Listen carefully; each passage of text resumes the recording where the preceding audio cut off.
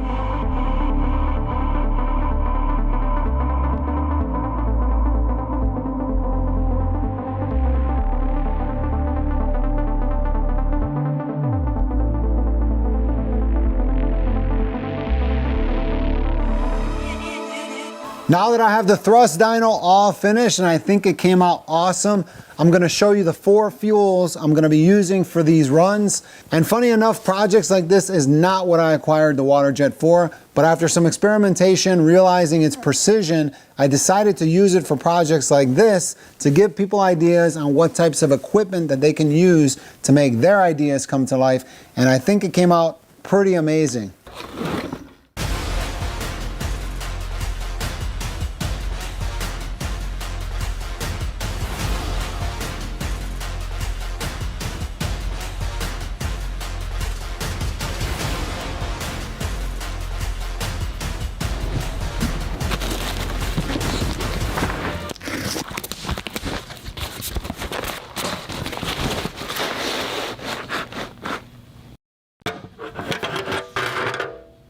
Oh no. Well, I could have got, there's definitely ice in there. That's really interesting. All right, let me try this again. Here we go, all in.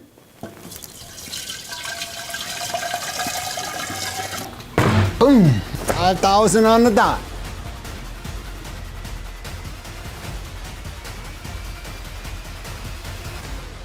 That's the coolest looking fuel I've ever seen. This fuel always trips me out whenever I see it. It just looks like it won't burn. Just doesn't make sense in my mind. There's actually ice, but I did get the summer version of the diesel, but I'm glad I did, because now this proves that 20% water. That's really cool. My hydrodiesel has been sitting outside for over a year. I got it all defrosted. I got all my fuels set up, ready to go. The only thing I have left to do is add oil to all of my fuels for my turbine.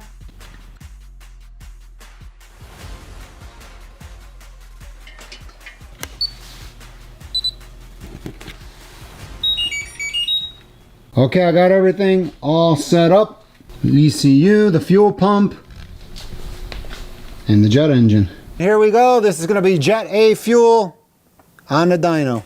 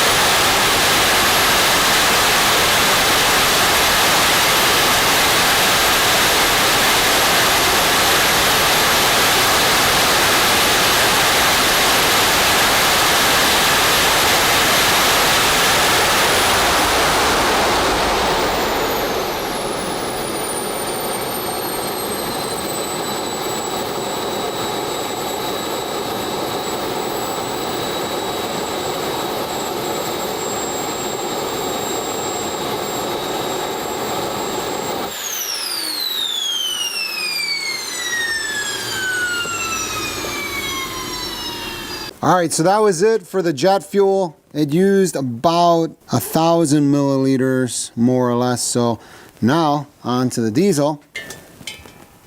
All right, let's go.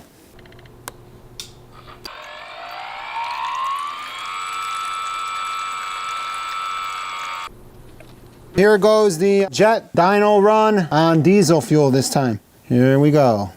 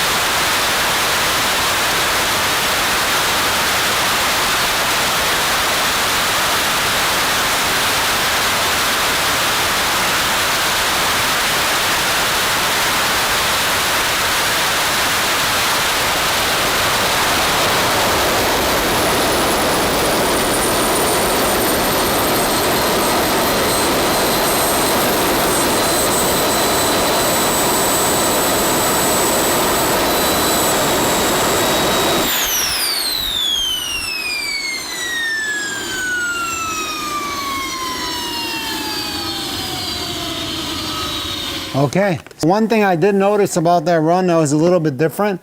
With the jet fuel, when I would idle it down, it would reduce the RPM really quickly. It was pretty responsive. And with the diesel fuel, I noticed when I went from full throttle to idle, it took about 2 seconds for it to actually start ramping down. So I don't know why that is. Maybe the fuel, different consistency or different energy content. And it used about the same amount of fuel. But other than that, the only thing I saw different was the way it smelled and how it looked when I shut the engine off. Let's move on to the biodiesel. Man, this sucker's heavy. I'm scared I'm gonna drop it.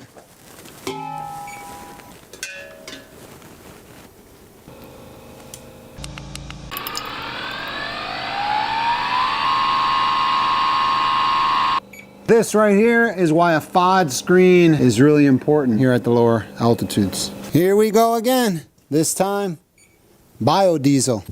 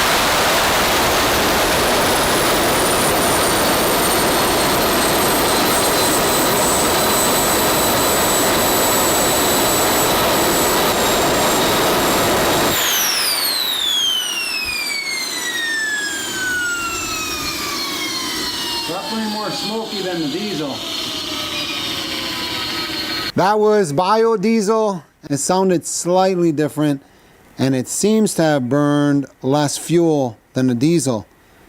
Just a little bit less. I did the same run, which was warm it up, do 20 seconds full throttle, 20 seconds at idle, 20 seconds at full throttle, cool down, and then shut it off.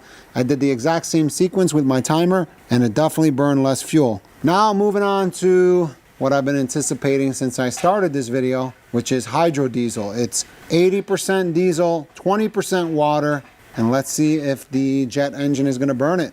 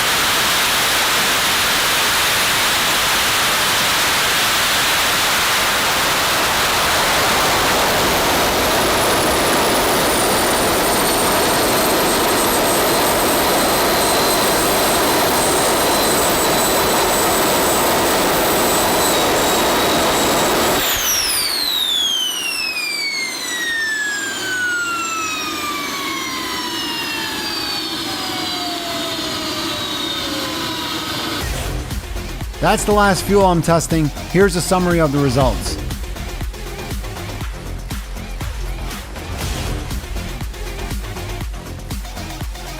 Now with the difference between those four fuels, one thing that a lot of people brought up in that turbo diesel go-kart video, I'm using different fuels. A lot of people were commenting saying that the fuels that I'm using didn't have the sulfur content that the diesel had, and that was some sort of lubricator, even though now that everything is ultra low sulfur, they're saying that there's less lubrication with those other fuels.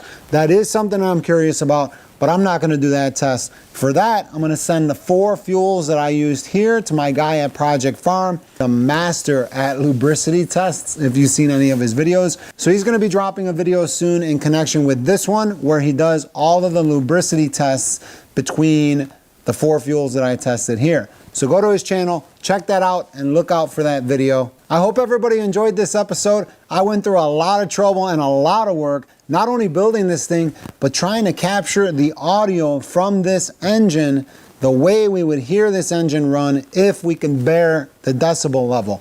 And I think it came out pretty good, But other than that, hopefully you enjoyed this subject. This is something that I'm very familiar with and a subject I've been meaning to bring to this channel for a very long time. So let me know what you think in the comments below. Don't forget to subscribe, and I will see you soon.